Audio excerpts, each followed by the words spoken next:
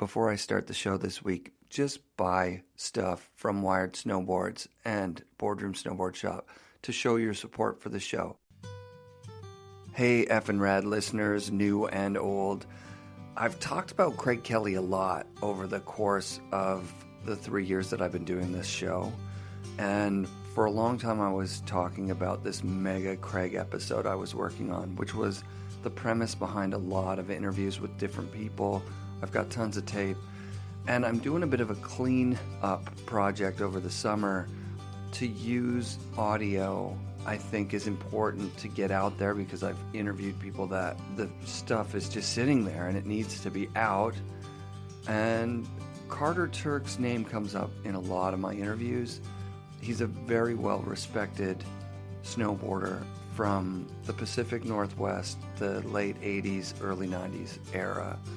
And people always talk about him with reverence. So I'm going to open with a bit of an interview I did just last week with legendary snowboard photographer and pro snowboarder Dano Pendergrass talking about this week's guest, Carter Turk. Yeah, I've got a Carter Turk episode I'm going to put out. Oh, rad.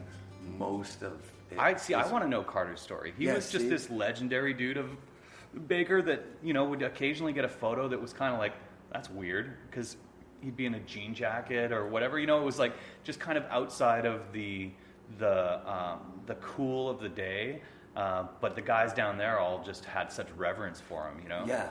My first board was a Burton Performer P-Tex model, I think it was. Yeah. We tried to rent my buddy and I, some slickers from Bob Barcy's Bike Factory, Baldy, and he looking at the height, how tall I was versus my friend. My friend was smaller than I was, so he's like, oh, you might be able to get by with the slicker, but I need something a little more substantial or something. So I think I didn't end up renting a board that day, and he got the slicker, and we hooked up with some guy named Starvin Marvin. That's what we knew him as, and he was trying to promote snowboarding back in the day, and he brought a bunch of boards up to Baker, and he had some Burtons and whatnot, and a Sims Swallowtail 150 with no edges, and the board worked way better than any of the Burtons actually at that time. Just when there was no pay or groomed runs and whatnot. Yeah, Sims had a definite advantage on Burton for a good run there. Hey. Yeah. Like everybody talks. Especially in the beginning, I think. Yeah, everybody talks about that 1500 FE as though, it was so much better than everything else that was out at that time. Agreed. Yeah. At least, those were the only two boards I was exposed to at the time, so. Right. Yeah, that's pretty early. That would have been like 80... Geez, with no edges? That's got to be like 82? Well, I don't think I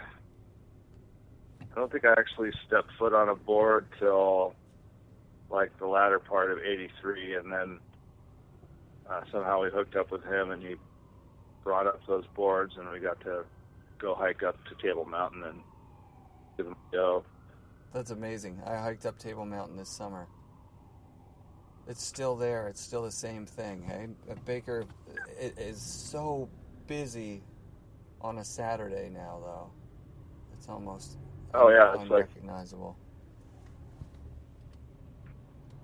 What month were you there? June? Is that when we were there the day that the big pond skim, the big, like the puddle skim was on?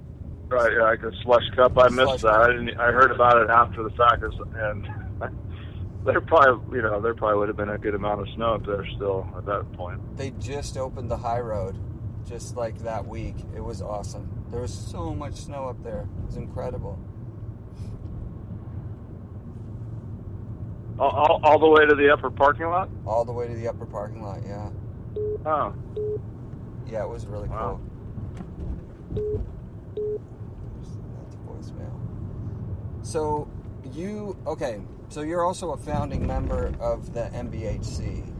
Am I right on that one? I would disagree with that. There was, Jeff Fulton and Eric Swanson and a bunch of guys, Boomer and all these guys from the valley, from the Skagit Valley, were riding, 2, maybe 3 years before we ever showed up there, or I ever showed up there. So none of those guys ever seemed to get any credit for that fact. Right. Yeah, I've talked to Jeff. I'm sure he's told me the right thing, and I've just forgotten it. But so you guys, then that would mean you joined like a couple of years later, like when Eric Janko joined and those guys ran quit. Yeah, I wasn't really joining anything. It was just there were so few of us that we just somehow sort of became a part of that, whatever that was called at the time. I think that was because there was. Yeah, I think that was the first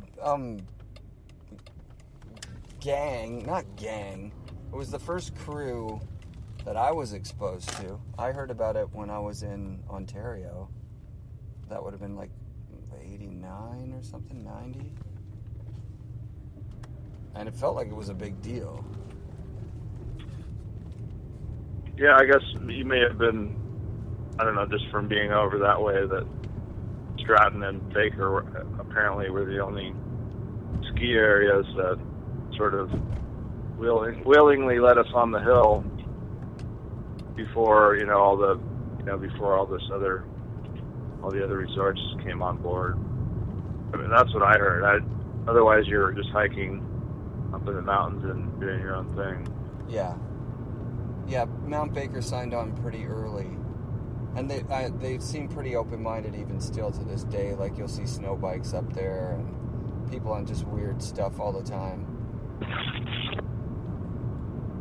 And it seems like it works. I've never seen anybody, barreling out of control, crashing into anyone else up there. It seems like a really respectful mountain, actually.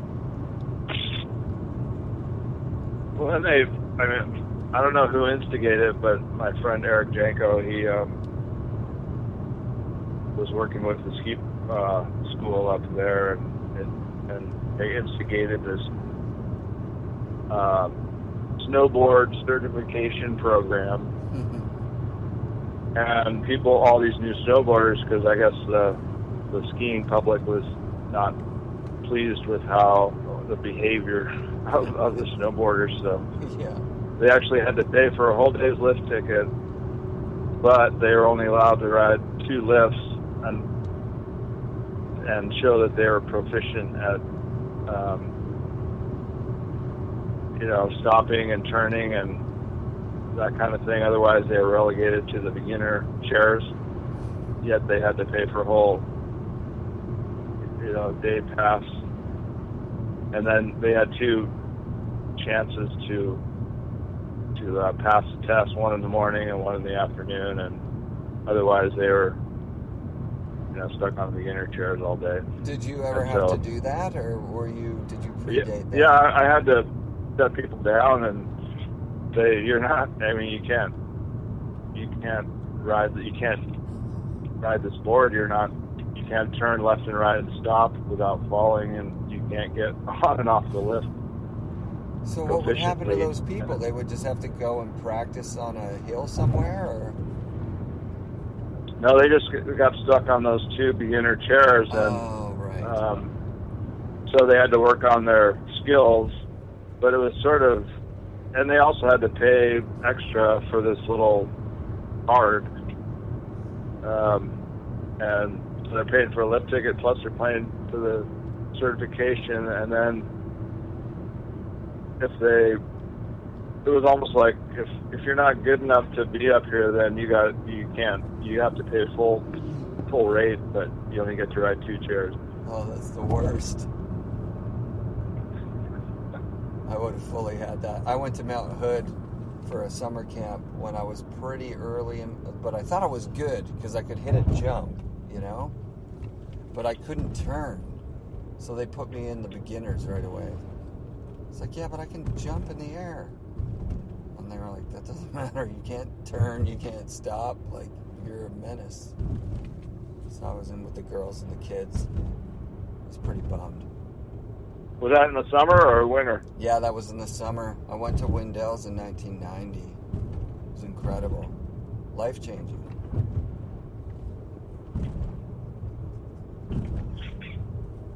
So, Wendell, I haven't seen that guy for ages. You know what? I talked to him. I've got an episode with him coming out, but I messed up some of the audio, so I have to record with him again. And I don't know if you know this, but he and High Cascade Snowboard Camp, they joined forces, and then they made the announcement that Tim Wendell's snowboard camp is going to be skier only. Is it going to be what only? Skiers. It's only skiers now. That's right. Yeah. He used to be a good skier, but it's just silly because High Cascade, Tim Wendell was known for snowboarding. It's so weird to me.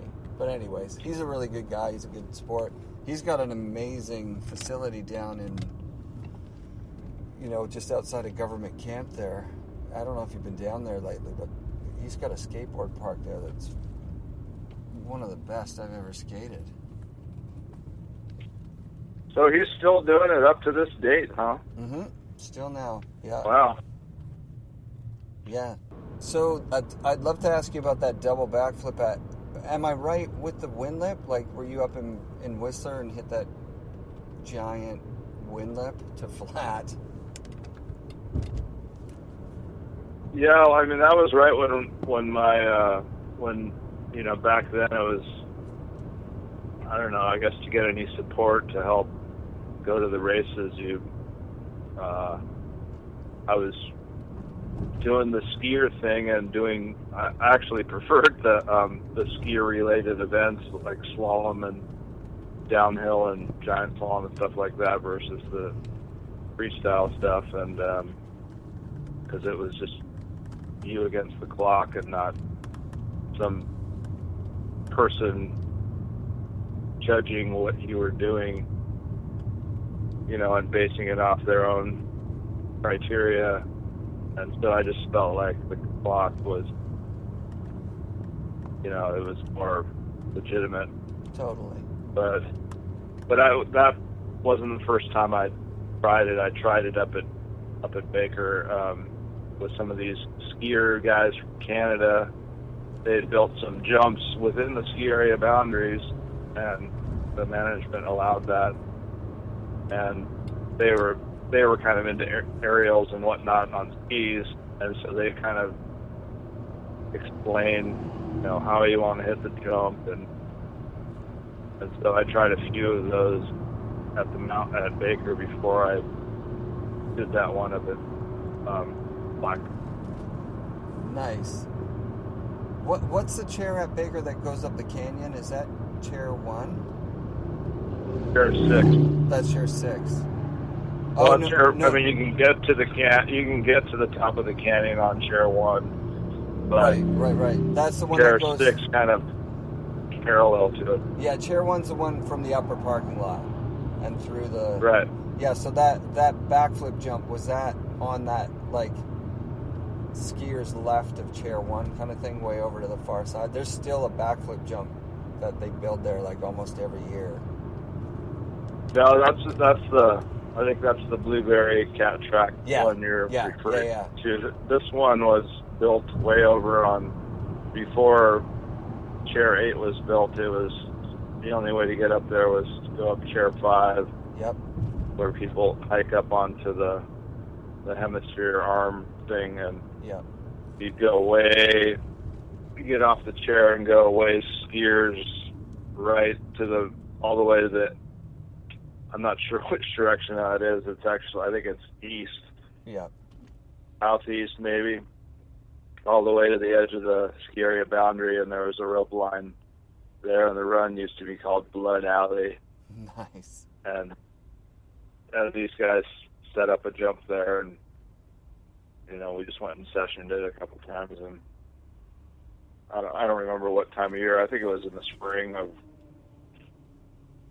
gosh, it must have been 86 maybe. Amazing. So what level of sponsorship did you get to, and who were your guys? Me personally? Yeah. I barely got it. I didn't get anything. I think if I got a picture in a magazine, I'd get a little chunk of change or something, but Rad. And a little bit of support from GNU. Those guys are amazing. Still the same guys doing the same thing, which is incredible. Yeah, and then there was just some little, like if I was sending out letters and such to sunglass folks and clothing, and so a few companies kicked down, but there was nothing really monetarily beneficial to me. Yeah, everything pre-Craig with Burton was really, there was no real money in it for riders. It was just kind of the fun of the sport, right? I mean, that's what it seems like. Seems like Craig really negotiated the first real rider's contract when he switched from Sims to Burton. Yeah, he appeared to be a businessman before anybody else did, and he's like, I'm providing a service for you, an exposure, and I should be compensated for that. And so he was the first one to really figure that out and say, hey, and then there was that whole contract dispute between Sims and Burton. And did you grow up on the West Coast? No, I grew up on the East Coast. But that's surprising. I'm just, it seems like a East-West thing. Yeah, see, for me, I found I didn't get into it until 88, maybe 89. So one of my first pro models was the Mustard and Ketchup Craig Heli. So it was already after all of this had happened. But now in talking with absolutely every pro that I've talked to started out on a Burton something, and then very quickly switched over to a Sims after breaking the Burton thing. Sometimes a few times, or sometimes they just broke it once and they're like, this thing's a piece of shit. And then the Sims boards were that much better. So I don't know what was going on out east. But the Burton stuff, like when you look at retro boards, there was a time where Sims was so much better than Burton. And I imagine that's when Craig switched. And kind of said, he could see that Jake was gonna do the right thing and listen to the riders and design better product. Yeah, I don't know if that time period was when Vision came into it and they started upsetting, the direction of Sims. But, they took over, as far as I recall, the operations of Sims, and then the products sort of changed after that. But I remember Jeff Grell the guy who invented the high back binding, mm-hmm. came up, and he was working with Flight Snowboards. Out of New Hampshire. In 1986, he had like half the people that were competing at the bank slalom, or more than half of them, probably were still on low backs, and then there was a few folks that had the high back, and that was like a big deal. And then he, got courted by Sims, and he came up one winter and brought all these like experimental boards for us to ride and give feedback on, and we were actually bombing down the canyon, groomed canyon runs like it hadn't snowed for a while, so that we were riding these much longer boards than what were available at the time. I mean, everybody was riding 150s basically. Everybody, no matter how short or tall you were, that's what you were riding. And he was bringing up like 170s and 180s, right. Swallowtails, and different construction and whatnot. And so that was like, we were basically guinea pigs, and we were all just stoked to ride some new board, But he was gathering information, I guess, for Sims, and we were too young to know that. Right, and so stupid. Yeah, and so was this around the so in the beginning, was there a clear distinction that Craig was he just more driven than people, or was he the best, or was he just one of the guys and it would take a while for him to kind of break out and be that world champion guy? I actually really didn't come to know the guy till sort of, I judged contests for a while, and honestly, as a judge, Craig's repertoire, after watching him, at different events, it was like, do the criteria, do what is expected, do the harder tricks, but it was kind of mechanical.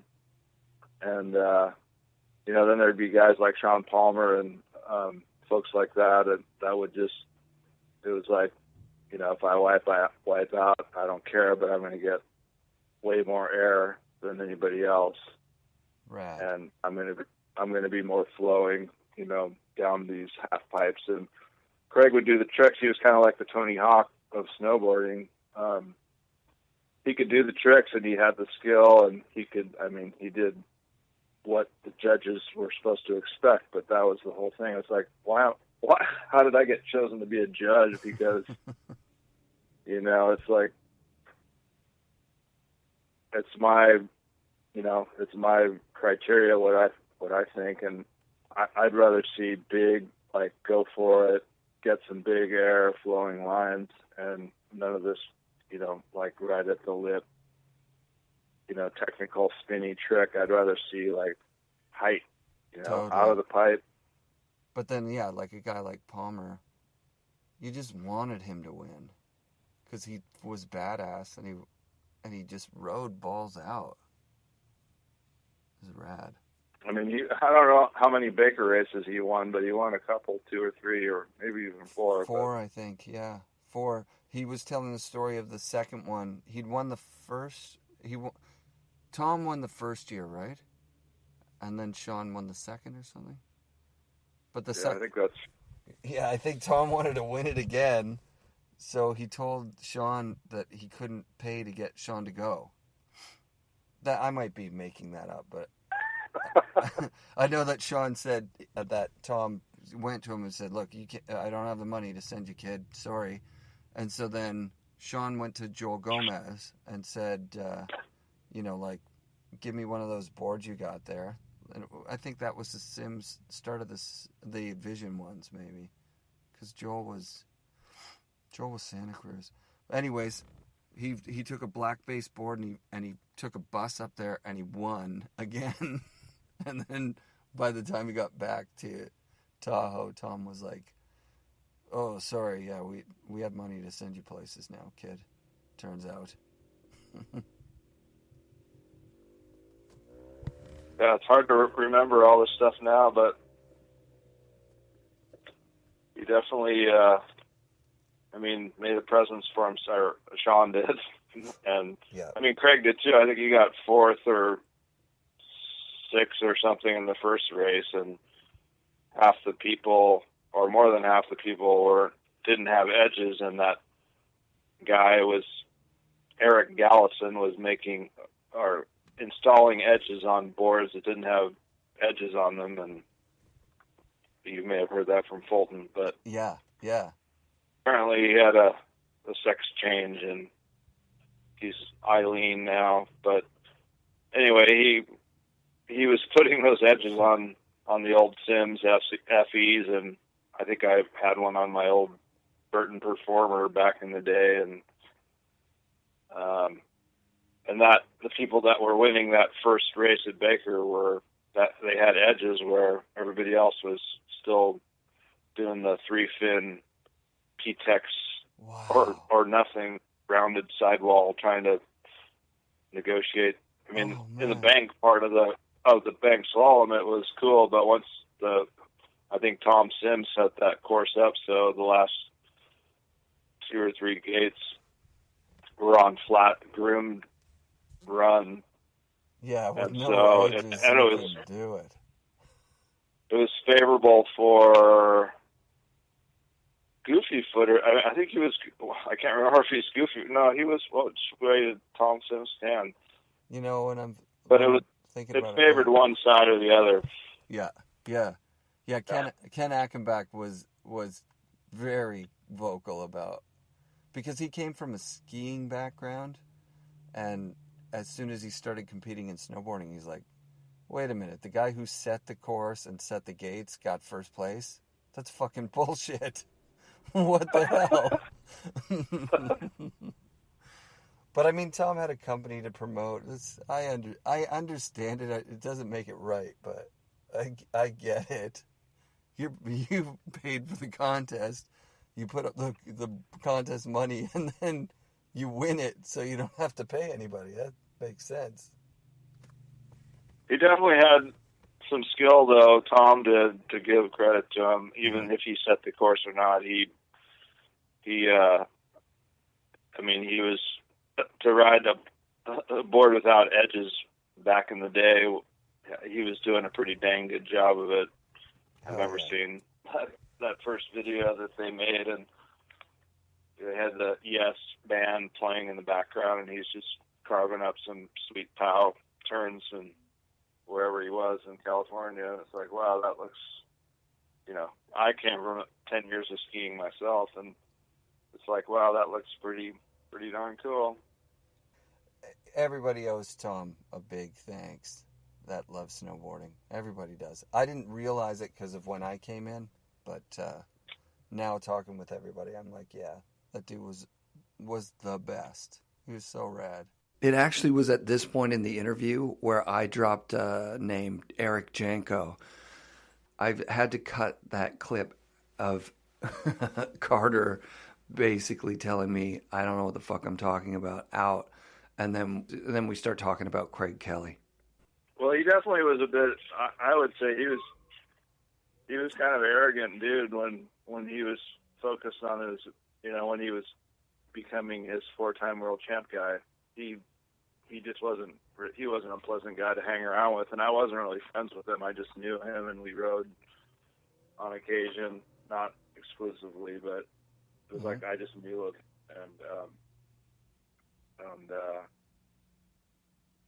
but when he was racing, he wasn't a pleasant guy to be around.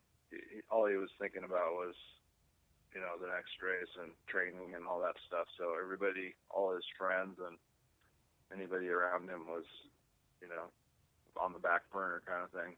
Mm-hmm. Or that's the impression I got. And then when he retired from racing, did you guys get a chance to ride and kind of become more friends, or because he moved away from Baker at that point? Can you repeat that? My daughter just walked in here and distracted me. Yeah, no problem. So after, because it was a pretty big deal that he walked away from, trying for a 5th world championship. He was the first person to try and make a career out of free riding. It hadn't been done really. But during that time, did you guys form a stronger bond? Did you get to ride with them? I think maybe I don't know what year that was, but we actually, went on some surf trips, and I mean, it wasn't related to snowboarding really.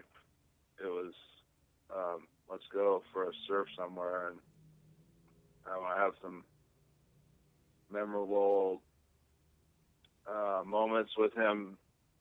You know, he's like, hey, I got, you know, he had all these air miles from traveling around the world with Burton, and so he was able to share some of that with, you know, people that he knew. And he's like, hey, let's go to Mexico and surf mainland Mexico. And I was a total newbie, you know, NFG.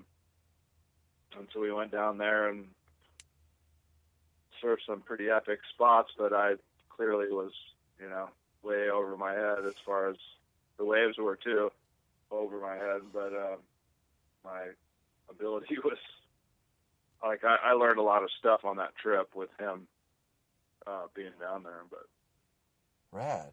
I mean, I actually didn't really know the guy snowboarding. He was just someone I knew, and he maybe knew me because I worked at the mountain, but we didn't really hook up friends-wise until, like, he probably stepped away from the whole competition thing. And he became a little bit more, not a little bit more, he became a lot more, like you say, you know, fun to be around.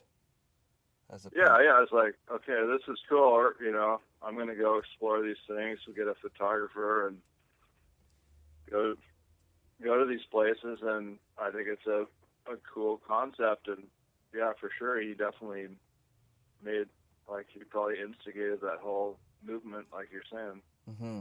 Yeah, I know that Fulton was talking about a Japan trip that they did together, and I can still see the photo in my mind of Fulton, you know, spraying him right in the face. He just loves that sequence.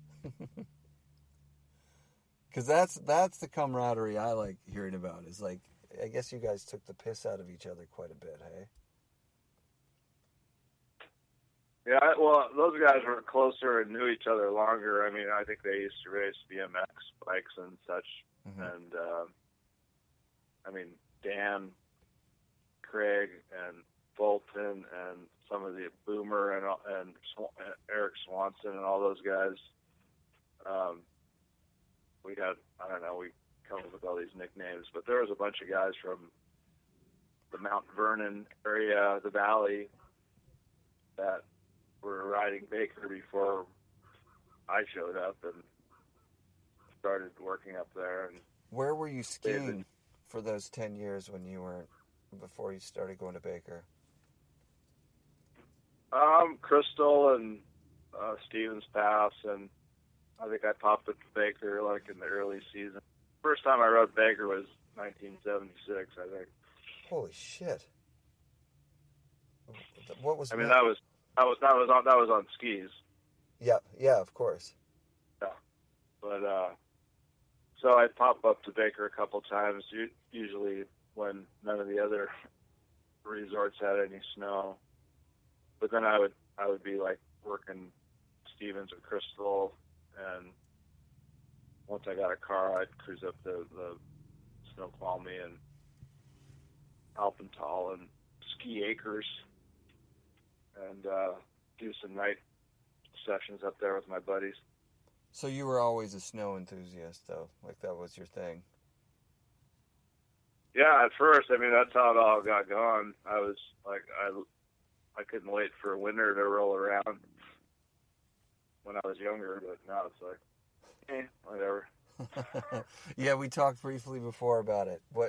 So did it happen all at once that you stopped snowboarding? Was it like your kids were born, or was it there was, you know, something, a catalyst for not going anymore? A board breaks or something?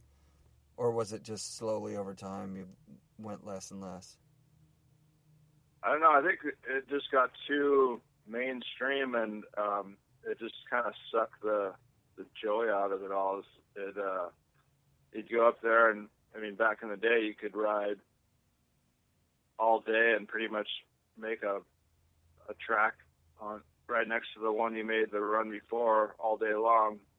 and nobody would go there. And then later on, it's like if you weren't up there, mountain opens at 9, 10 o'clock, the whole mountain's tracked out. There's no place to go to get some fresh tracks. So it's like, well, I guess I don't really want to be here, anymore. Yeah. Keith Wallace kind of said the same thing. Duck boy. We hike sometimes, but there was enough. I mean, the whole draw, I think, was just to go up and ride the lifts and find some little spot and make some tracks there, and hope you could just keep going back there.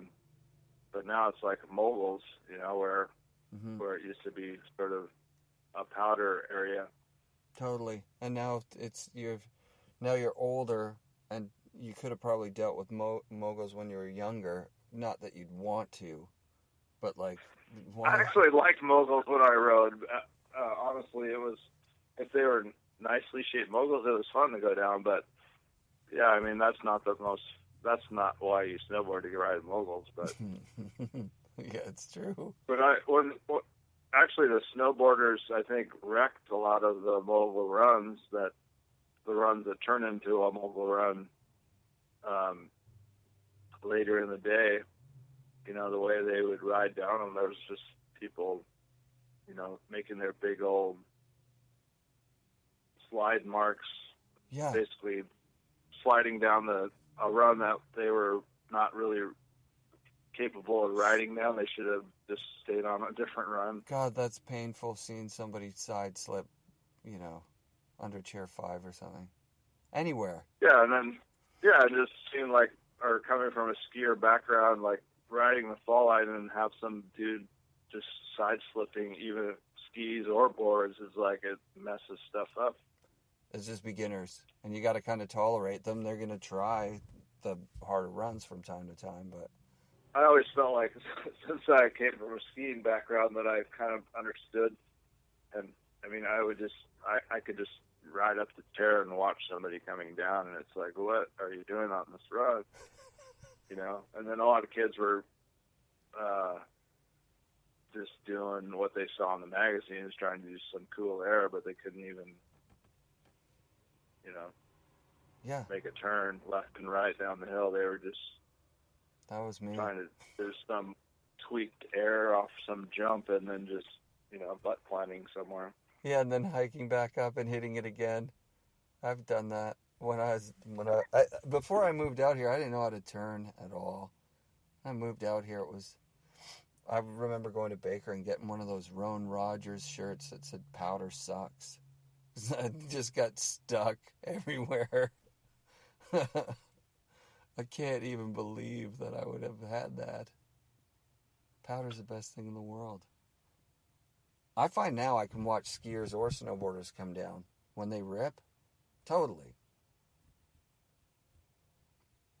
Are there any good resorts in Ontario? None. No. None? It's like New England. What town did you grow up in? I grew up in Sudbury, so it's a primarily mining town, about 100,000 people, so it's like a mid-sized mining town. No mountains, no ocean. Lots of lakes, Have though. you seen October Sky? October Sky. I don't think I have. With Jake Glendenthal, where they grew up in a mining town, and he's trying to be trying to make rockets for NASA. Oh, shit, I have seen that one. Yeah. That's a good flick. That's an amazing flick. I got to watch that one again. I think I only saw it once when it was like at theaters or something. First came out on back when you could rent at Blockbuster. Ooh, new release. Yeah, I went through Ontario for my first time in 2010. I just went around Lake Superior from Thunder Bay and Sault Ste. Marie and dropped back down into Michigan. It's beautiful.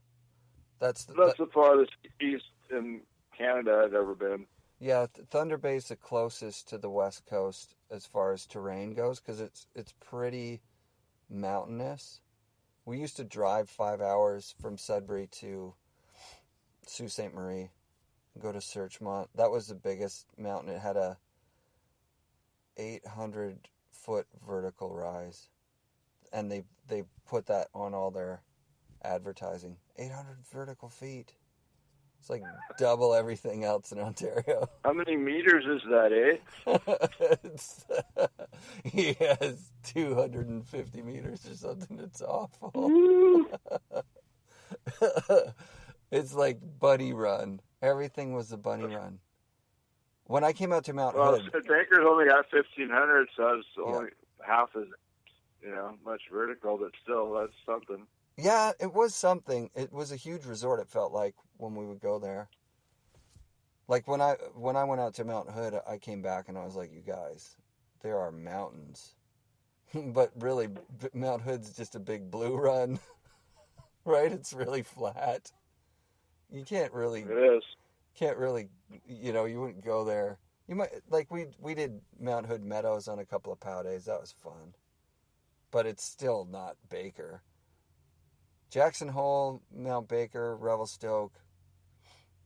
Those are the little Alaskas. Did you ever end up in Alaska?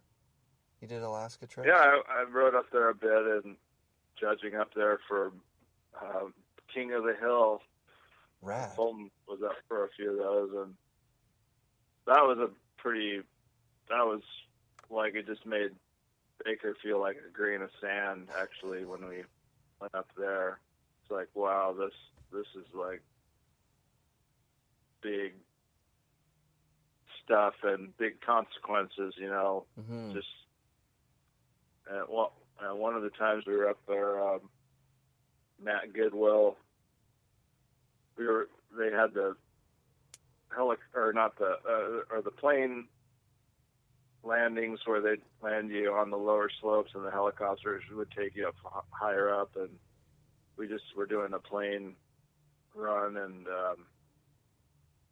traversing across some snowfield, and all of a sudden we got back to the highway at Thompson Pass, and Matt Goodwill wasn't there, and it's like, what happened to him? And everybody started getting concerned because he was in our group, and then where did he go? And he ended up just like going into a crevasse and down underneath the snowfield, basically, and landed on some shelf. I don't know how many feet down, maybe. It's all speculation, but he was probably 100 feet below the surface, and he landed on some little shelf, in blue ice, and he had to climb his way back out of there, and he had to take his snowboard and poke a hole out of the snow, somewhere else than where he went in. Jesus. And then he ended up, if it was just some other guy, he probably would have died down there, It's like, What do I do? And he somehow climbed his way out of the hole, and then we saw him later in the day. It's like, holy shit, is that what happened? Jesus. That's so gnarly. But it was just like a big mountain consequences up there. Mm-hmm. Like every turn you make, could be the last one kind of thing. That's what it felt like. Like, ooh, there was a little more intensity to everything up there. That's incredible. So you went up a couple of years and then judged for a couple of years, or was that all at the same time? No, it was just all. I wouldn't have never gone up there if it wasn't for judging the King of the Hill contest. I did that for 3 years, and I would have never got to experience that side of snowboarding. I could never afford to do a helicopter trip on my own. It's like, okay, I'll go up there and do this thing. And that's rad. Was Tom Burt one of the cool. judges too? I think Tom Burt was one of the judges for that. Yeah, was Tom one of them? I think he was a competitor. It was Jeff Fulton, myself,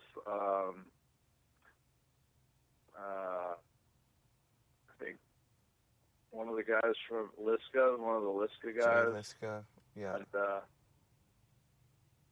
I'm not sure if Chantry was up there, but Sean Parada was, is that his name? Nick. I can't even remember. Yeah, Nick Parada. Yeah. Yeah, Nick was the guy who said, hey, come on up and let's do this thing. And that would have been the raddest time ever. It was cool, yeah. I mean, it was pretty, some of the lines the guys were doing were pretty intense. I mean, they were pretty much, trying to take the most difficult line, and whatever that line was more consequence than the other guy or gal, and it was fun to, we got to pre-run all the runs that they did, so that was kind of cool. That was like the little bonus round for the lame judges that were sitting at the bottom watching. Yeah, that would have been painful. But you got to pre-run it. That's rad. So you got fresh tracks. Fresh tracks, and then we got to look at, that's where I came down. That's dope, dude. Yeah, that was good times for sure. Right on, dude. Well, have a good night, and usually I'm like, dude, can't wait for this season. It'd be rad to ride with you, but I guess you're not riding. So I might get up there occasionally, maybe taking a break and be like, it might be fun to make some turns. Sick, yeah. So maybe we'll see it's just, up there. After 20 years at the same mountain, it's kind of fun to. I have more enjoyment going to somewhere else and like giving it a go. Then it's a little more exciting. Totally. There's a new resort in eastern BC that they're breaking ground on this year, and they're going to open a lift or two next year. It's called Valemont, and it's going to be 11,000 vertical, and it's going to be a 4-season resort, so they're going to have snow. 11,000, that's crazy vertical. Yeah. I think it's on the Selkirk side of the Rockies, so the other side of Jasper, like our side of Jasper. It's going to be amazing, so keep your eyes peeled for that. It's going to happen. It's going to be worth going to. All right. Right on, dude. Super awesome talking to you. Thanks a lot, man. Yeah, you bet. All Have right. a good evening. You too, dude. See ya. Super huge FNRad shout out to our guest this week, Carter Turk. Yeah, I'm going to be putting out more of these, so watch your feed. Hopefully I'll get some more out before next season of the FNRad Snowboarding Podcast, brought to you by BR Productions.